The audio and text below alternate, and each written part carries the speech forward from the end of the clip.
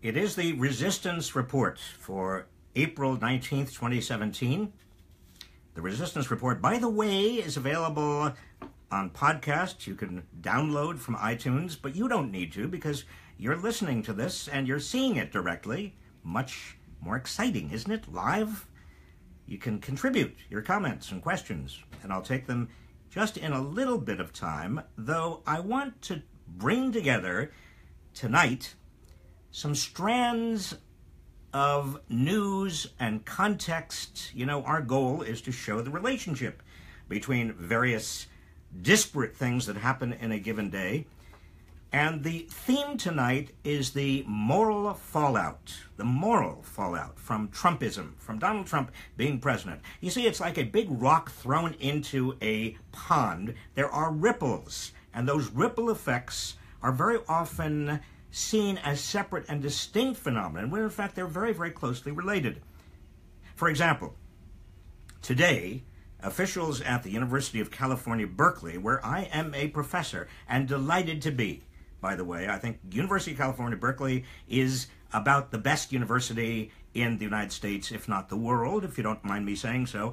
But officials today canceled a planned speech by Ann Coulter. They cited safety concerns. In a letter to campus Republicans, the group that invited Coulter to speak, university officials said they made the decision to cancel Coulter's appearance after assessing the violence that flared on campus in February when the same college Republican group invited right-wing provocateur and Breitbart editor Milo Yiannopoulos to speak. Friends, this is a grave mistake, and it is happening around the country, university after university. Coulter should be allowed to speak. She should be allowed to speak at Berkeley. She should be allowed to speak everywhere and anywhere. How else are students going to understand the utter vapidity, the utter brainlessness of her arguments if they're not allowed to actually listen directly to what she says and question her? This is all about the free market of ideas. She loses if she is given an opportunity to speak in the free market of ideas, but if she is made some sort of a conservative martyr, who wins? Donald Trump wins. Those who are interested in closing off American society and shrinking the American mind, they all win. Now, it's one thing to cancel an address at the last moment because university and local police are not prepared for certain violence. This is what occurred, sadly, with Yiannopoulos. But it's completely different. It's another thing entirely to cancel an address before it is given, when police have adequate time to prepare for such eventualities. And if you don't have enough police, get enough police. Spend more money on getting the police. Free speech is what universities are all about. If universities don't do everything possible to foster and protect free speech, they are not universities. They're playgrounds. Another part of the moral fallout of Donald Trump. You see how Trumpism is polarizing the country, making it harder and harder for people even to listen to each other, playing into Trump's own desire that we become fragmented and angry. House Intelligence Committee Chair David Nunes, just to take that theme up for a moment, is being investigated now by the House Ethics Committee because in taking the classified documents that he read at the White House and then talking about them, by the way, those classified documents, remember, it turned out to have absolutely not one iota of evidence to back up Trump's March 4th claim that he made on March 4th. You remember that? That Obama had been spying on him? But the investigation that is going on is all about the possibility that Nunes might have leaked classified information when he did leak those classified documents. on the supposition that they had anything to do with Barack Obama actually spying on Trump. Chalk this up to another deflection from the real issue. Deflection upon deflection. I mean, this is like you would find in derivatives, traded on Wall Street, derivatives of derivatives of derivatives of derivatives. This is deflection on deflection on deflection on deflection. The real issue here is the possible collusion between the Trump campaign and Russian operatives to win the presidential election of 2016. That's what is really at stake. Every one of these frolics and detours gets us further and further away. Even without Nunes, and you remember, he decided that he would essentially recuse himself. He would not participate in the hearings and the investigation that the House Intelligence Committee was going to have. Republicans on the House Intelligence Committee are still preparing what? They're preparing to focus on Obama's national security team. On the deflection, in other words, rather than Vladimir Putin's national security team. Democrats and Republicans have finalized their witness lists, and the names that show up on these witness lists still are showing two completely separate investigations. I mean, the Republicans on that committee have learned nothing from the Nunes affair at all. The Republican list is almost entirely people from the Obama administration. I mean, they're going to... What are they doing? They're trying to find out whether Obama spied on Donald Trump? So even without Nunes, the House Intelligence Committee's investigation is ethically and politically bankrupt. It's only the Democrats on the committee that have a witness list that actually includes Roger Stone and Paul Manafort and Carter Page and all of the people who were aides during the campaign and who allegedly or possibly colluded with Russian operatives. But it's only the Democrats on the committee that are calling these people. No sane person trusts the House Intelligence Committee any longer. Which means that it's really up to the Senate Intelligence Committee and the FBI to do this right, but can we trust them? The answer is most Americans don't really trust them, which is why we need, once again, a select committee and a special prosecutor and a commission to get to the bottom of all of this. What are we waiting for? It's been almost a year this investigation has gone on from the FBI. You see how the corruption, the kind of moral corruption at the center of the Trump administration billows outward. It circles outward in concentric circles, affecting politics, affecting debate on campus. Here's another consequence. Bill O'Reilly. Bill O'Reilly is being canned from Fox News. I wish I could tell you I was very upset about this. I'm not.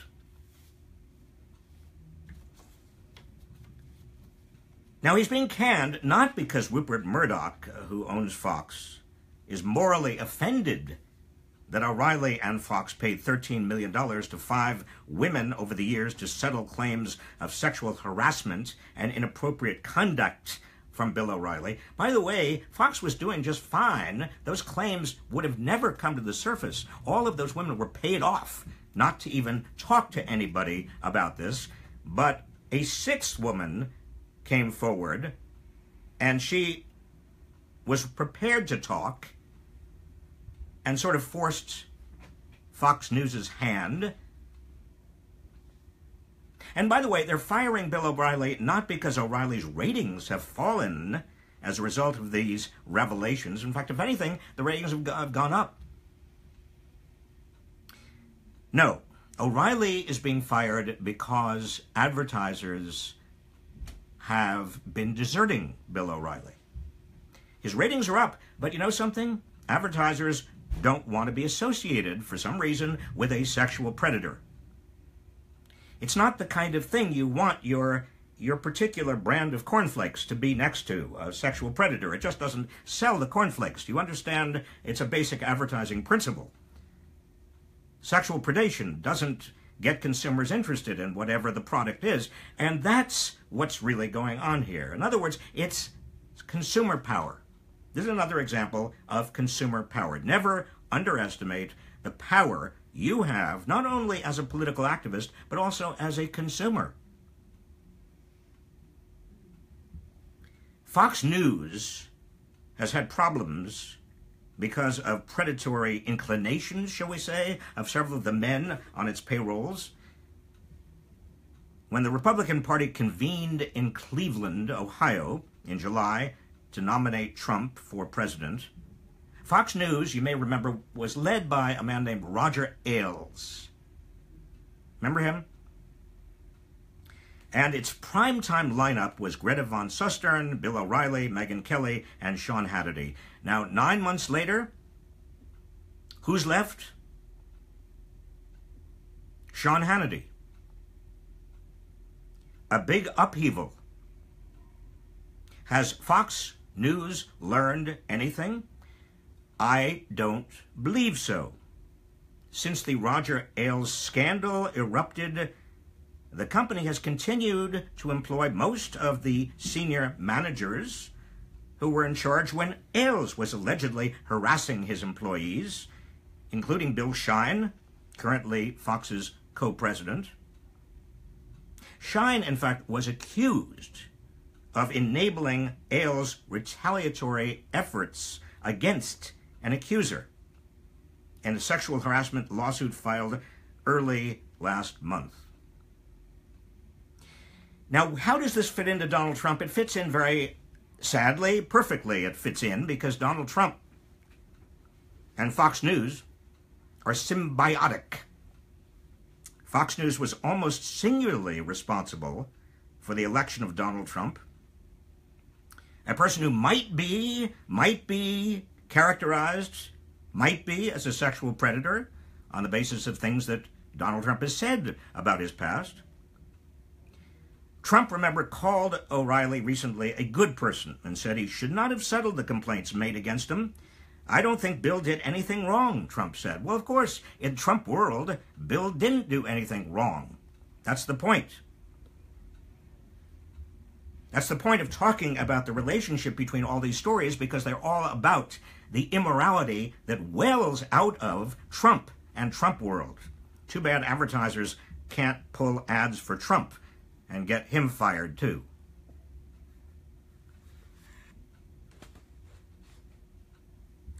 Now, in an op-ed in today's New York Times, 4 supply-side economists. Now, you may be wondering, how am I going to link Trump morality to supply-side economics? I will.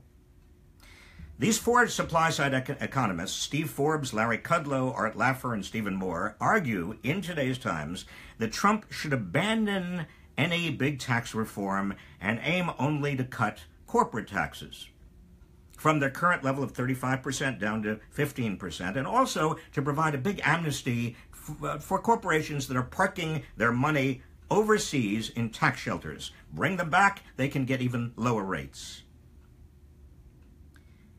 Now, here's the way I read this op-ed. Number one, all 4 of these men were Trump economic advisors during the campaign. The fact that they now have to put their opinions in an op-ed to Donald Trump suggests that they no longer have any influence whatsoever. Right? Secondly, they know enough about what's going on in the Trump White House to know that Gary Cohn, who's head of the National Economic Council, has sold Donald Trump on the idea of major tax reform, including getting rid of tax loopholes. They also know that almost nothing ambitious is going to get through the Republican Congress. Remember the effort to repeal and replace Obamacare? You think that some complex piece of tax legislation is going to get through? Forget it.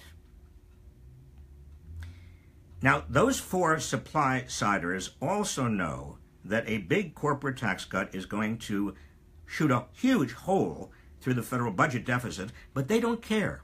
They are supply-siders.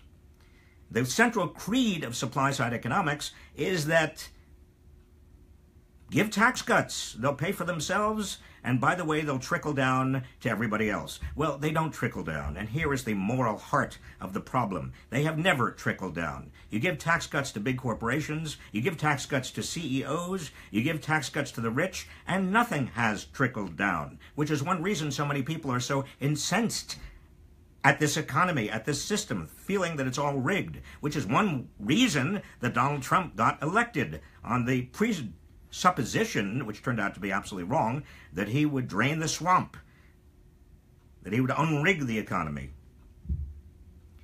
And more basically, the assumption of these four supply-siders that corporate taxes need to be cut is absurd.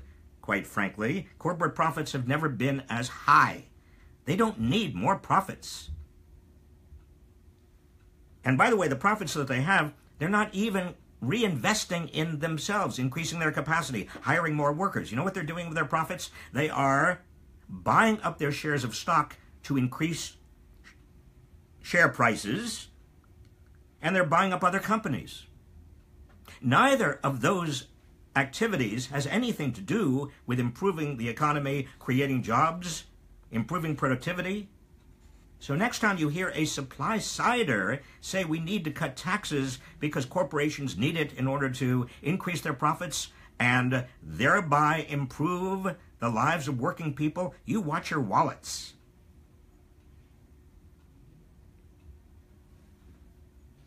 By the way, have you noticed how often Donald Trump uses the personal possessive pronoun my, as in my government, or my Supreme Court nominee, or my Justice Department? You know, it really isn't his. The other day, he used a term that sent chills up my spine. I don't know if it did yours. He talked about my military. I was very relieved to hear former Defense Secretary Leon Panetta say, it's not, quote, it's not the president's military, it's the military of the United States of America, unquote. Again, the moral hollowness at the heart of Donald Trump. Trump treats the government as if he owns it, just as he owns his business. He doesn't see much difference between the two, as is obviously the case, given that he has conflicts of interest in every direction. Trump's fundamental failure to understand his responsibility to the people of the United States, to a democracy, his role in a democracy, will be his undoing. That is, if collaboration with Russia to win the election doesn't end his presidency before that. Which brings everything to you. The only way we end this moral rot is to make sure that there are enough people in Congress who are, and have the backbone to oppose Donald Trump, maybe even impeach him, maybe even get him out on the 25th Amendment. Certainly, make sure he's not there after 2020. Which reminds me, the official tally in Georgia's 6th district shows John Ossoff got 48.1% of the vote. That's certainly pretty close. If he had had 50%, he would have been the next representative from that district. But this is, remember, this is the 6th congressional district. This is about as ruby red as they get. This is a Republican district going back years and years. Newt Gingrich, Johnny Isakson. This is heartland. Certainly business establishment Republicanism. The biggest takeaway is Republicans are in trouble in these sorts of places because Donald Trump is deeply despised. along with last week's vote in a special election in the 4th District of Kansas, you recall, when Democratic candidate James Thompson came within 7% of winning. Now, that's a district that is remarkable that he came within 7% of winning. It's a wake-up call to House and Senate Republicans that if they do not stand up to Donald Trump's unhinged presidency, they will feel the heat. Certainly, those who are up in next year's midterm elections, which includes all members of the House. Your questions. Doug Kress, please explain why it is so important to see Trump's taxes. Doug, it's important to see Trump's taxes for several reasons. Number one, because there are a lot of people that are concerned that Trump's businesses and business interests are going to be such huge conflicts of interest that Trump is going to create advantages for them in terms of the policies that he supports. There's no way we can know that unless we know his tax and see his tax returns. How, for example, can the public be assured that any tax reform ideas he comes up with are not going to benefit him directly? Those tax returns need to show and will show his business interests. Number two, if he is in cahoots with the Russians because of big debts he has to Russian oligarchs, and there's some reason to believe that he does have those large debts because basically he went bankrupt 4 times in the United States. He's not going to get big loans from American banks or even from European banks directly. Well, those would also show up in his tax returns. If he's been up to any kind of illegal activities, those might show up in the tax returns as well. If he hasn't been paying taxes, those would show up in the tax returns. It's important, therefore, on all kinds of public policy grounds to see those tax returns. And not incidentally, every president since Richard Nixon, the past 40 years, has provided his tax returns. And you can't say that an audit excuses a president from providing his tax returns because every president for the past 40 years and vice president has been audited at the same time they have provided their tax returns. Candy David, Bernie's cross-country tour looks an awful lot like campaigning. What do you think? Is he running in 2020? Are you? Candy. I don't know whether Bernie is running in 2020. I think that he's doing a tremendous public service by keeping the flame going, because if there's any leader to the Democratic Party right now, quite frankly, as a practical matter, it's Bernie Sanders.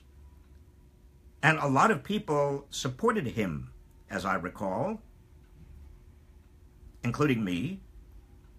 I supported Hillary Clinton in the general election. But Bernie Sanders had an extraordinary effect, particularly on young people. And let's not forget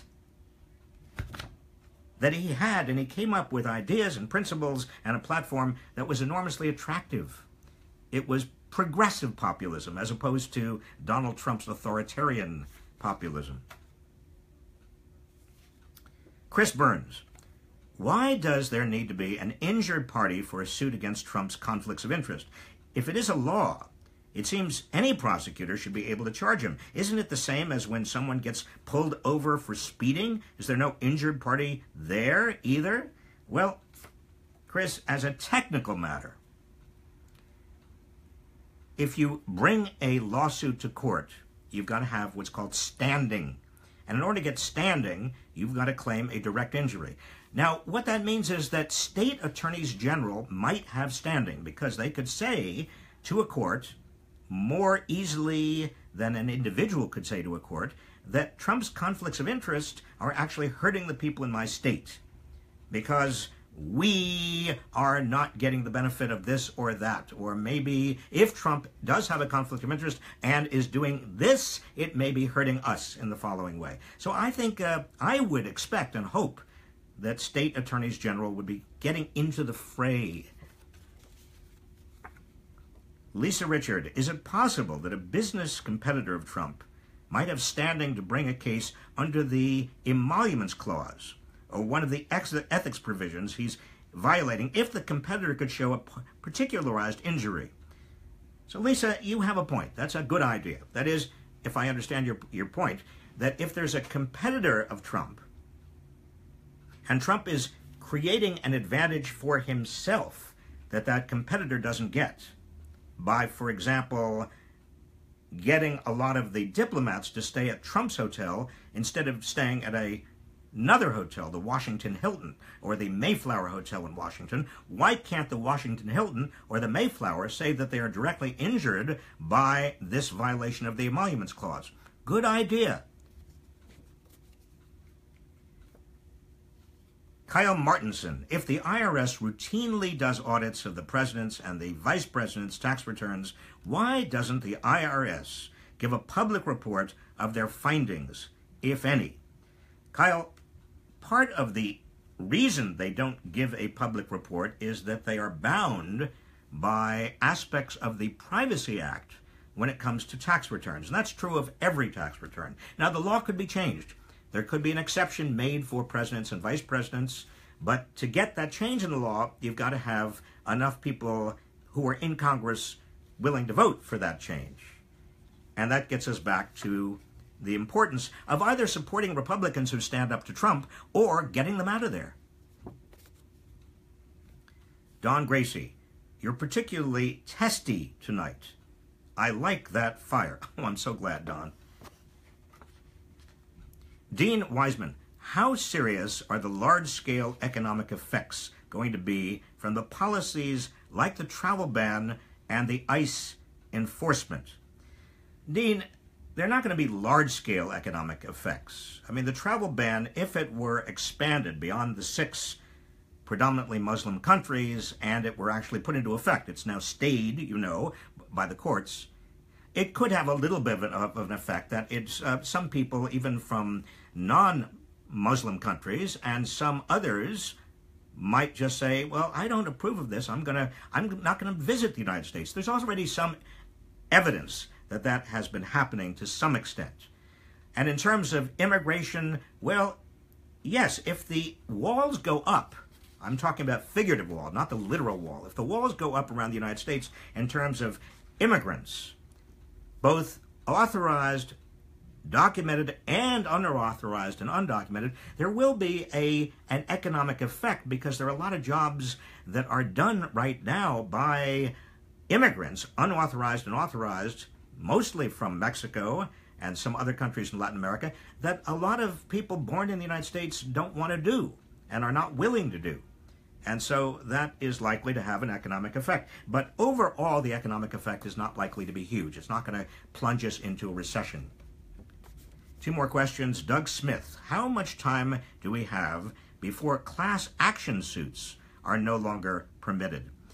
Doug, well, with Neil Gorsuch on the court, and you remember the other 4 Republican appointees on the Supreme Court, have taken a very negative stand on the class action issue. In 2 major Supreme Court cases over the past 5 years, they have severely limited the ability of plaintiffs to come together in a class action against a corporation, for example.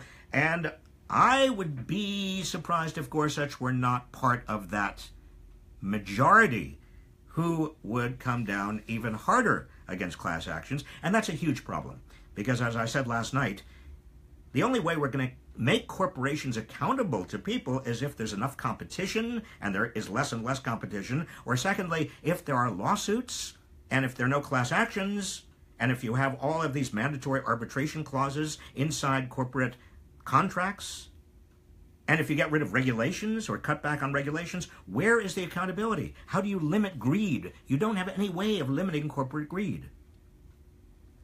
Lori Filstrup, where is the Democratic Party these days? Didn't they elect new leadership for the National Committee recently? Where are those guys? Well, Lori, Tom Perez has been going around the country with Bernie Sanders, and they've been having rallies, and I understand that they are pretty effective.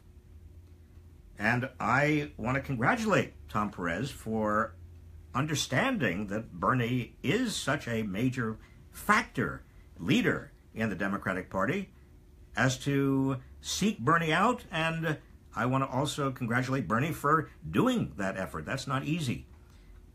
Hopefully, the Democratic Party will move on from these rallies to transform itself from a giant fundraising machine into a genuine, to the extent possible, grassroots movement.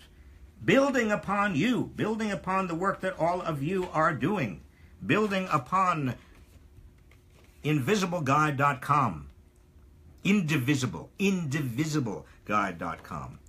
Did I say invisible? Indivisibleguide.com. Building upon swingleft.org.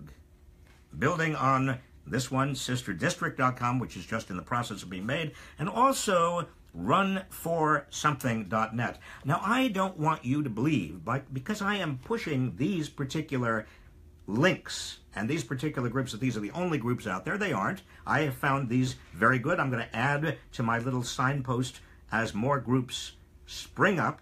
Nor do I want you to think that it's all the internet. I mean, ultimately, this is a matter of on-the-ground, grassroots, face-to-face people coming together, mobilizing and organizing and energizing each other and building an organization nationally. The Democratic Party, if it needs to, in fact, it does need to, I shouldn't even say if it needs to, the Democratic Party, if it's going to be any kind of a movement party, if it's going to be relevant for the future, has got to draw its energy from the groups that are now welling up around the country. And that's where you come in. That's where your activism is so important. And again, I want to thank you for that activism. I want to thank our producer, Yael Bridge, our associate producer, Sasha Lightman. But most of all, I want to thank all of you for joining me this evening and every evening for our Resistance Report. That brings to an end tonight's Resistance Report. I will see you tomorrow.